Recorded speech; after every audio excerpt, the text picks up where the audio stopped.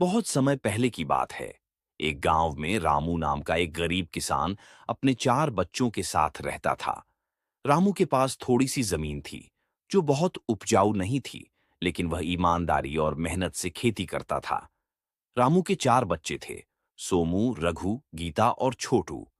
वे सभी छोटे थे, लेकिन अपने पिता की मेहनत देखकर धीरे धीरे खेतों में उसका हाथ बटाने लगे। सुबह सूरज उगने से पहले पूरा परिवार उठता, खेत में काम करता और फिर दोपहर में थोड़ा आराम करके शाम को फिर खेतों में जुट जाता। हालांकि बारिश कम हुई उस साल, लेकिन रामू ने हार नहीं मानी। उसने अपने बच्चों को समझाया, बेटा, अगर हम सब मिलकर मेहनत करें तो भगवान हमारी मदद जरूर करेगा। मेहनत कभी बेकार नहीं जाती। बच्चों ने भी अपने पिता की बात मानी।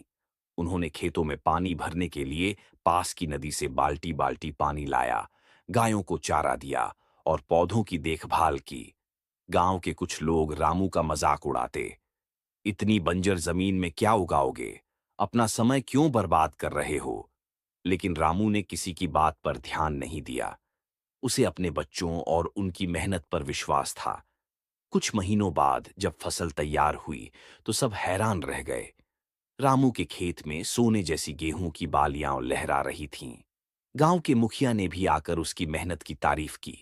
रामू ने उस फसल से कुछ अनाज बाजार में बेचा और कुछ घर के लिए रख लिया। उस पैसे से उसने बच्चों की पढ़ाई शुरू करवाई और खेती के लिए नए औजार भी खरीदे। धीरे धीरे रामू का परिवार खुशहाल होने लगा।